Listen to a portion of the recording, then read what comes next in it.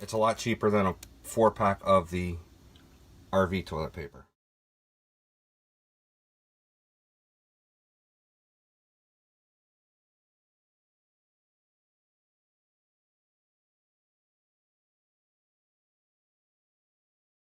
What I have there is just some water straight out of our kitchen faucet here in the camper. And I've got some of the Scots. So what I'm going to do is just crumble this up a little bit, throw it in there. I'm going to let it sit for just about maybe 5-10 minutes, and then we'll come back. Alright, it has been exactly 5 minutes, and I don't know if you can see that, but at the bottom you've already got separation,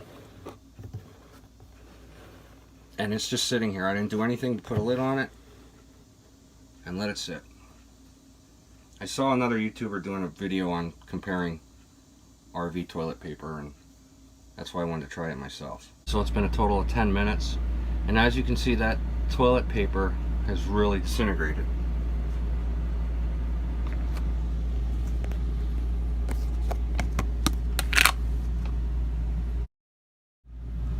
Save your money. It's softer, and it definitely degrades better. Alright, just a tip. I want to share it with you guys. Take care, and God bless.